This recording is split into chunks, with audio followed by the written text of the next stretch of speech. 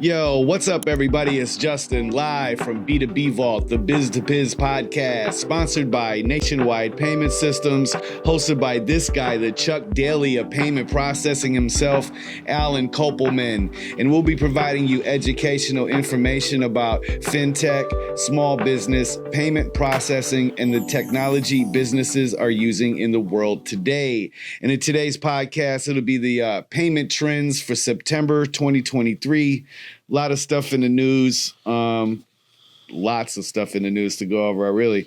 So, yeah, man, it's that time of month. So, you know what we do around this time? We do a little wrap up of all the stuff that we thought was interesting or intriguing, important, all of the above. So, yeah, man, how you doing, sir? I'm doing good. It's, busy week, fast and slow, but was busy for me. So, Indeed. how you doing? I'm great. All right, that's cool. Yeah. Got some good projects in the works, so that's exciting. So, Yeah. we're ready to jump into it. I mean, yeah, I got nothing. Okay. All right. So, the Senate this time, usually it's the House, and I don't know why everybody's got to have their own cannabis bill. So now they have this bill, the Secure and Fair Enforcement Regulation Banking Act, otherwise referred to the SAFER bill. And they, move through the Senate through a committee, and news of that, cannabis stocks went up 1% to 3% the last couple of days. But now, people need to understand that bill needs to go to the floor, and they got to vote on it on the Senate floor. Then they got to send it to the House, and the House has to vote on it on the House floor. Then it goes to the president, who has to sign it into law. Right. So I don't know. Just like any other bill. Right. But I'm just saying, I don't know why everybody gets excited when these committees vote, because they tend to vote just to make everybody happy. And then that's about where it usually stops. I don't know. I think people are trying to be optimistic. Yeah, I get it. Right. Yeah. No, people are being optimistic. So it's a big buzz in the news. Is Congress going to finally pass this? I mean, I just can't see why they don't. I mean, here we have a huge federal deficit, and they could be collecting tax from all these business owners, of which they're collecting tax from some of them, but not all of them. So it's a big problem, and banking is a big issue for these customers, for these businesses. Plus, they don't have the ability to take credit cards. That sucks, yeah. Yeah, so, they're just perpetuating the issue.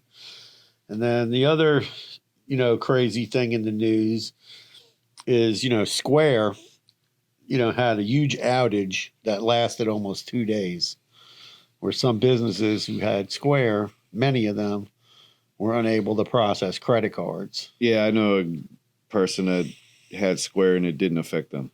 Yeah, it wasn't like system wide. It was. Yeah, a lot of people, I don't know. Yeah. So it affected. I don't know. It must have been very related to a certain area or something. Yeah, it affected like the point of sale system mostly, like their point of sale in restaurants and that stuff. But some people were able to process transactions online, and some people couldn't. They were the system was going on and off. Right.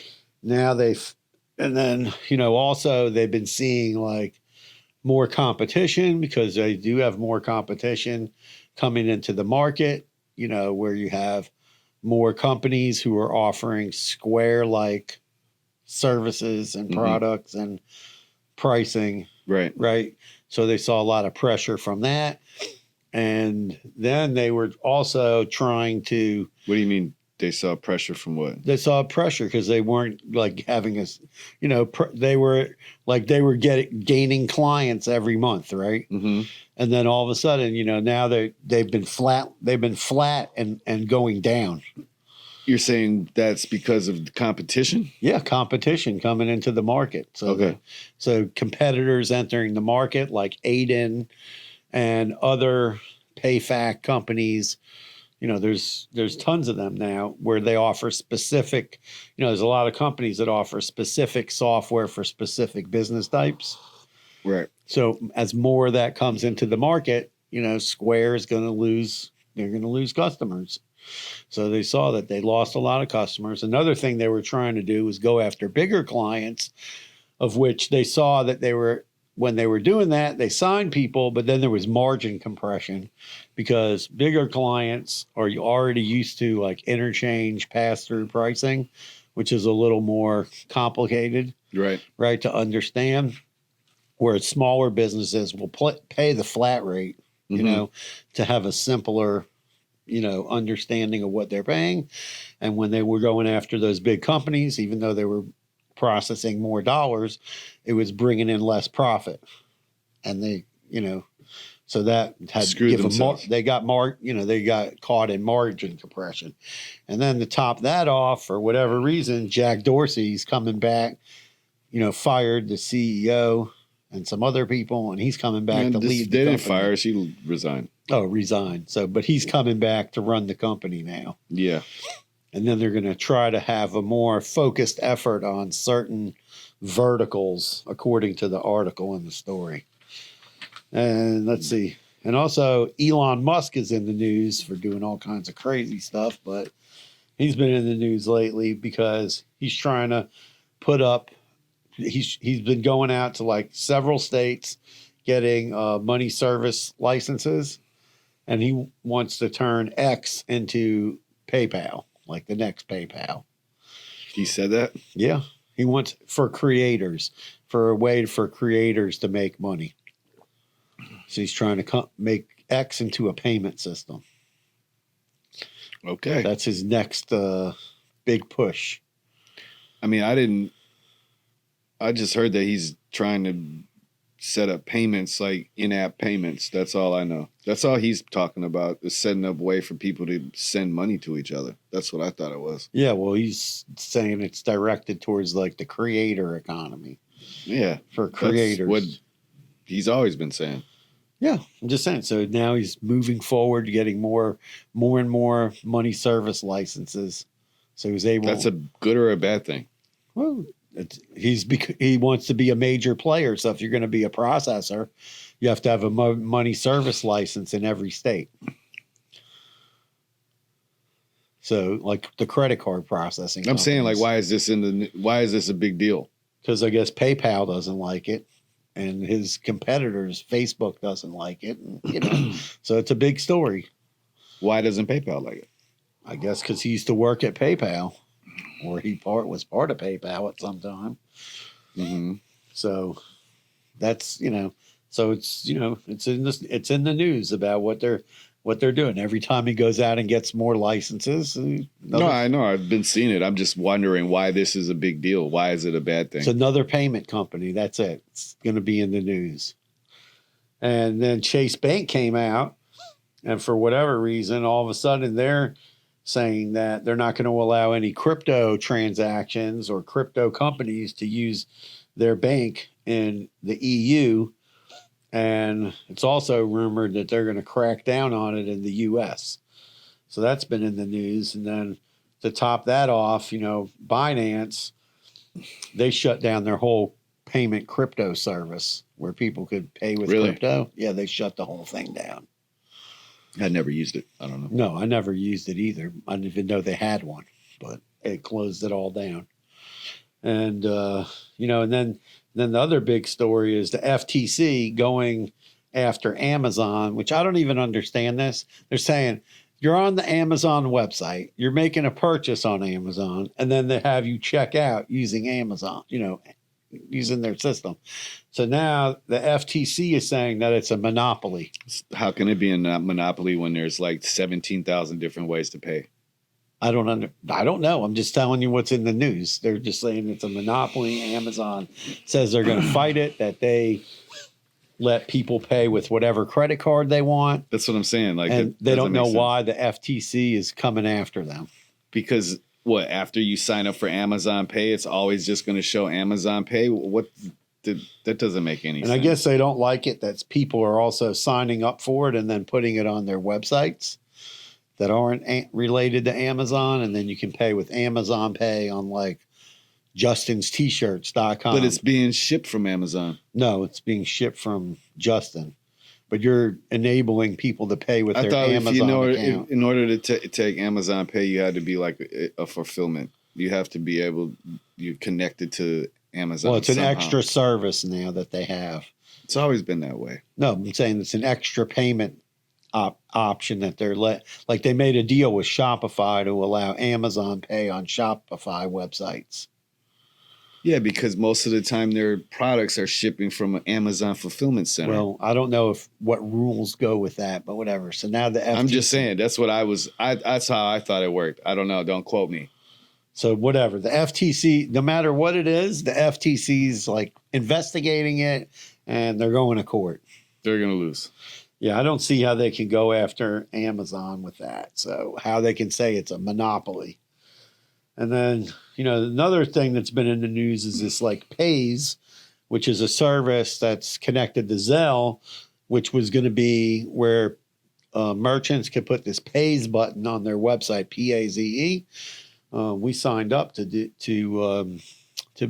some test sites for them, but now they're going to delay it until maybe the second quarter of 2024 because they did some tests. I guess maybe they ran into some problems, but it's a really unique way to check out. So you have your same merchant account that you have now, but then you add this extra button. What the extra button does, it connects if your bank is part of the Paze network, which most banks are part of the Zelle network. So they're all part of that network. And if you're part of that and you hit the button to pay with that, you put in your, you do a one-time like sign up deal, and then they send you a text. But then when you're going to more websites with Paze, you're able to do a quick checkout because you just hit the button, pick which card you want to pay with. Boom, they send you a code. You put the code in and the transaction is done. Kind of like how they have it on Shopify. So if you buy from a merchant on Shopify, they have like that Shop Pay. Sort of does the same thing. Oh, sends you a text because that's cool though, and that's going to cut down on like fraud, friendly fraud. People are not going to be able to say, "I wasn't there." Right. I didn't make that purchase. I didn't get my stuff. It's going to be much harder to do a chargeback. That's good. So that was, and I think that, all the credit card processors should adopt that. The other thing that's crazy in the news is what's going on with the Credit Card Competition Act.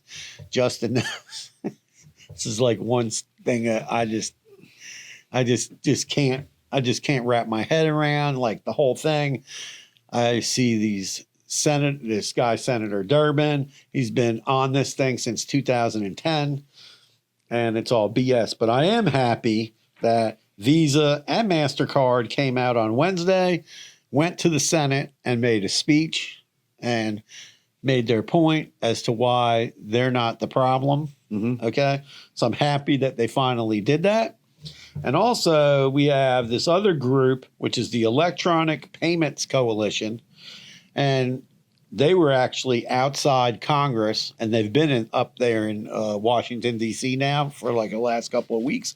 They got a couple of food trucks handing out donuts and coffee with the message, "Keep your hands off our rewards," getting consumers and businesses to oppose this Credit Card Competition Act. In fact, I got into a discussion with a guy on Facebook the other day, and then he removed all of his stuff that he wrote. And I told him, call me on the phone. Let's have a phone conversation. Because I told him, I said, you don't know what you're talking about.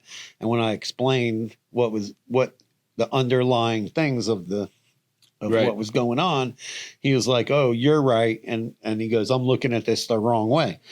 Because you can go and look at, I've told everybody, I've posted the link to this. We'll post the link again. You need to let your senators know. You don't want them to pass this. They passed laws like this in Canada everybody has to pay with debit now. Getting a credit card up there or getting any kind of credit is next to impossible. In Europe, the same thing happened. Australia, the same thing happened. And then the cost of banking is driven up also. So then you're paying higher interest rates on loans, which we're already paying high enough interest rates, with rumors that the Fed is going to do 2 to 4 more raises. And that's just, I don't know. That's not good. I hope that does not happen. But like buy now, pay later was born in Australia. And now it's going big into Europe. And the reason it was born in Australia is that consumers in Australia, like whatever, the middle class, middle of the road, young people, basic consumers could not get credit cards. And then if they wanted to buy something, right, they wanted to buy something, you've used buy now, pay later before, right? A bunch of times. I have no choice. Okay, so that's the problem. So because you can't get credit, people can't get credit. Now you have this buy now. You can't afford to buy it. I can't afford to buy it, so that's why I got no choice but to use buy now, pay later. Right, but I'm saying is, as opposed to people can't get enough credit. Oh, I can't even imagine. Yeah. Right, so you can't get credit in Australia, so you're forced to use this buy now, pay later. These buy now, pay later companies are losing millions, if not billions of dollars, because they don't run credit on people. Now it's going into Europe, because Europe did interchange reform, to lower interchange. So now people in Europe can't get credit, don't have credit cards, have to use debit. Buy now, pay later is going in there, having all kinds of problems, especially with businesses in Australia, businesses in the EU. They have to start offering their customers, let's say I was selling these microphones and somebody needed to buy some, but they didn't have a credit card. They have to use buy now, pay later to get that, because there's no other form of credit for them to get. And that's why we don't want this Credit Card Competition Act, because Durbin has this idea that there's this third-party fantasy network out there, which doesn't exist. This is just going to open the door for companies like Amazon, Walmart, Winn-Dixie, the bigger, Targets, right? These big companies to put up some kind of like third-party network, and then there's going to be no consumer protection. You're not going to be able to do a chargeback. There's going to be all kinds of problems associated with that. No more rewards, no more cash back. The banks are going to go, oh, you got a $5,000 credit limit. Now it's $2,000. When you get it past $2,000, now it's $1,000. And they're going to eliminate people from getting credit the same way they have in Canada, Australia, and Europe. So I don't even understand how they can, the people in the Senate and the House can even look at this, and you already have the lessons. Can I looking at it on the other side of the spectrum? Yeah. Because the people that this is really affecting, we don't care. Sure, you got to look at it, but you got to really think, because it's not affecting us anyway. It will affect you. We're not losing anything. We're not losing any rewards. We're not getting any credit. But the ripple. I'm saying the ripple effect it's already here. So like it's gonna go opposite. It's gonna go to the businesses are gonna see the effect first. And the consumers who don't get the rewards because they're not using credit cards, they're not going to these establishments. We don't care. People should. I'm trying to tell you. You just said the middle class is here, right? Which there is no such thing as middle class. Okay. Because either you're rich or you're broke. Because I'm supposedly middle class, and we can go into this, and I don't want to get into a whole thing about exactly. That. So I'm just saying, like, it. I think people don't. What I'm trying to get at, people don't give a shit because it doesn't affect us. Right, but the problem is that the ripple effect of what it's going to cause is going to cause prices to go up. Then it's going to cause the cost of banking to go up. It's going to cause everything that you're saying is affecting a percentage of people. Yeah, but it's not a percentage It's of a people. very small group of people, bro. Okay, Justin, that all trickles down into higher costs for everything because It's now already right. That's what I'm saying. So you're looking at Visa and MasterCard pointing at them over 2% of what two maybe. Well, I guess what I'm trying to say is I don't use it. I don't have a credit card to go to a grocery I know, store. but what I'm trying to compare it to is you got Visa, MasterCard costs the average business, let's say 2 to 2.5%. Okay. Whatever. I'm just saying that's what the average cost is. Of course. Inflation is at like 13, 14%. Okay. So what are you going to do? You're going to regulate credit cards. What are you doing about inflation? I mean, I could fix inflation tomorrow. Sure. I can. All they need to do is say we're drilling for oil and start getting some oil out of the ground and drive the price of gas. People don't realize the price of gas is not based on what's coming out of the ground now. It's what's coming out of the ground months from now. And the price of gas can go back down. And then the price of everything in the United States and the world goes down. It's a known fact. I'm alive 63 years. I've seen the price of gas when it was 50 cents. And I've seen how that relates to consumer prices. And you see the price of gas. Every time gas goes up, prices go up. It's simple. You need gas to get whatever it is you need. You need gas to go to work. You need gas to get food out of the ground. You need gas to get that food once it's out of the ground to the grocery store, to the distributor, to the grocery store. You need gas to go to the grocery store, get home, gas. So unless all of a sudden, somebody has some magic and turns every car into an electric car tomorrow, you need gas to get everything what you need. So if the price of gas is going to be, we're going up to $4 again. We're headed there right now. So, it cost me $50 to fill a gas tank up. I don't even care what the price is. I don't even look. It doesn't. What am I going to say? I'm not filling up my gas tank. No, I'm not saying that. What I'm saying is that ripple effect on the price of gas rolls through the whole economy. The gas have to do with the credit card? Because they're not addressing they're going, oh, the cost of goods is up because of Visa and MasterCard. No, the cost of goods is up is because of what you're doing, rising interest rates from the Fed.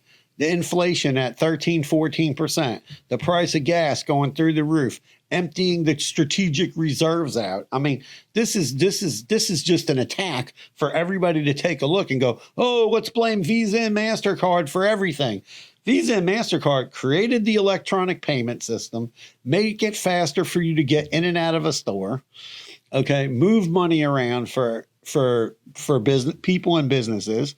All right, now you're going to go attack the system because the government didn't create it. It's private business, right?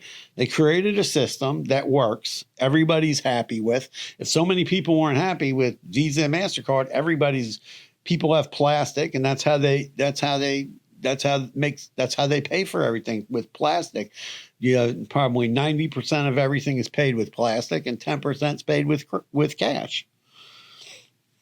I don't know. I'm just saying that's 100% is paid with cash with me, sir. Okay, but I'm just saying people have. I'm just saying there are people. I just don't. I just can't really. I just don't like. I'm just what's saying the percentage of people that are in the United States that go to the grocery store and buy groceries with credit card? Almost probably with a credit card or debit card. No, I'm saying like on credit.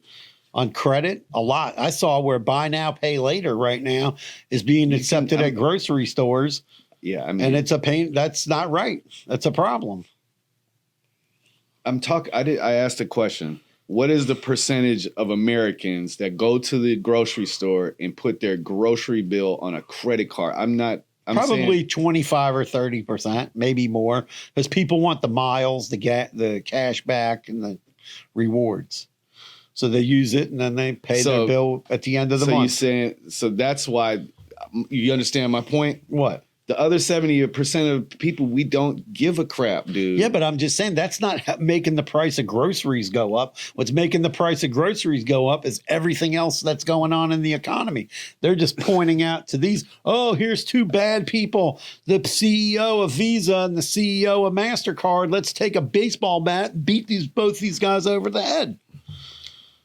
That's what they're doing. And they're saying, oh, forget about inflation and gas. I mean, and that's what the everything else. government does, Alan. I know that. I'm trying to make a point that we're pointing. They're trying to make the government.